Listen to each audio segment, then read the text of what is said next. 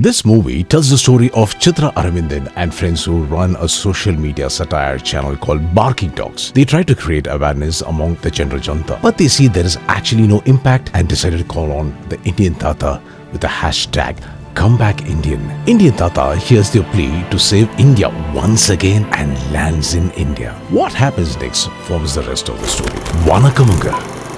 Welcome to this review and not much to analyze in this movie episode of Movie Indian Zero Tolerance.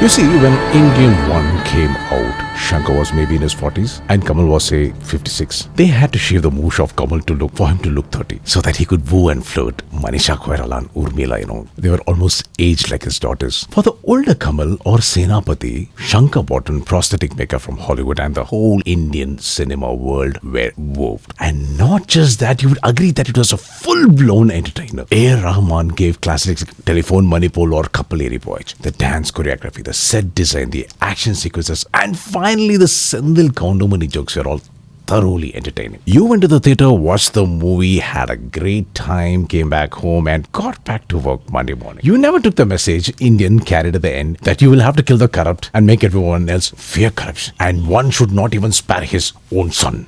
Cut to 2024, director Shankar is 60 years of age and Kamal is rocking 70. If my math is right, Senapati will be 170 years old. Now, instead of spending both their times in retirement, they join hands to rehash Indian Tata version 1.2 in this much anticipated movie of 2024, Indian version 2.0.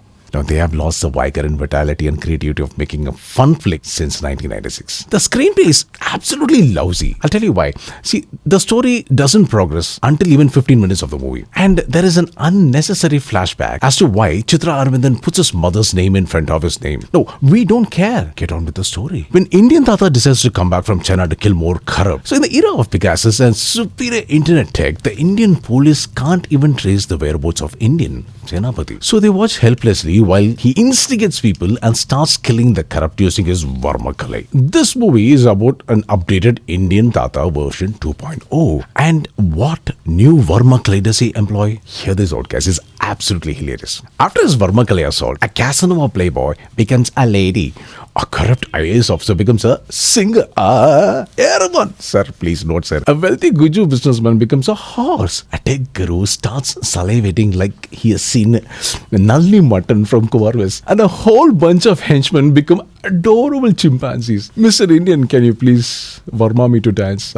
Pretty please, I just can't dance. If you are into that kind of thing. I have been telling the problem of movies under production for a very, very long time. Adi Jeevitam and Kalki being examples. I will post a link for Kalki somewhere here, there, everywhere, and do watch it. Like I said before, actors lose their inspiration when you take a movie for a very long time, and technicians lose their focus because they go and work on other projects. But in this movie, a whole bunch of actors and technicians died before this movie actually came out. Not that the ones who passed away, rest in peace, had any significant role to play. And I will tell you how unpractical the movie is. Indian Tata goes about instigating everyone to race against their kith and kin. Siddharth traps his own corrupt father and gets disowned. Likewise, the others. And I'm not sure how the current Instagram reel fancying generation next will do. I'm not sure if they will do it. Heck, who is paying for their phone data plans? They put their dads in jail. They won't have Instagram post to make. Come on, Mr. Indian.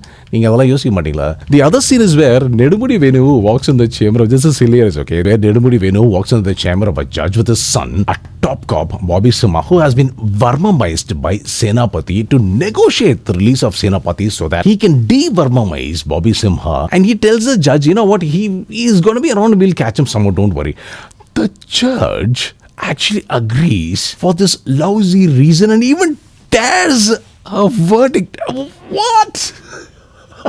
See, Shankar usually has a keen eye for sets, props, and makeup. If you have seen Indian one, he's done the same. He's done a great job with the sets. He's done a great job with the costumes, the music, the background score, the action sequences, all a formula for a brilliant entertainer. Now, in the olden days, in 1996, Indian one was predominantly shot on film and processed in a lab. So the imperfections of older Tata's prosthetic makeup weren't that visible. Now, in the age of 8K Arri cameras capturing every bit of a flaw that is there in your makeup and projected on a 4K theatrical projector, every bit of the flaws that Kamal's makeup is shown in its true form. It is so hideous to see him like that. I don't want to talk about it, guys. I'm only losing my appetite. Now, Anirudh is a 2K Kids music composer, you would all agree. And he's working in a movie that is still in 1996. He did his best, but he doesn't work for this movie. And every bit of a score and a song sounds so loud and eardrum shattering. I'm really sorry to say, but they should have gone back to A.R. Rahman. Now, director Shankar is trying very hard to fit his old style of filmmaking into an audience that's used to watching a neo-noir, color paletted, Netflix-like storytelling movie audience. The audience is moved beyond Goundamani Sindhil. Audiences moved beyond sets that are built in gold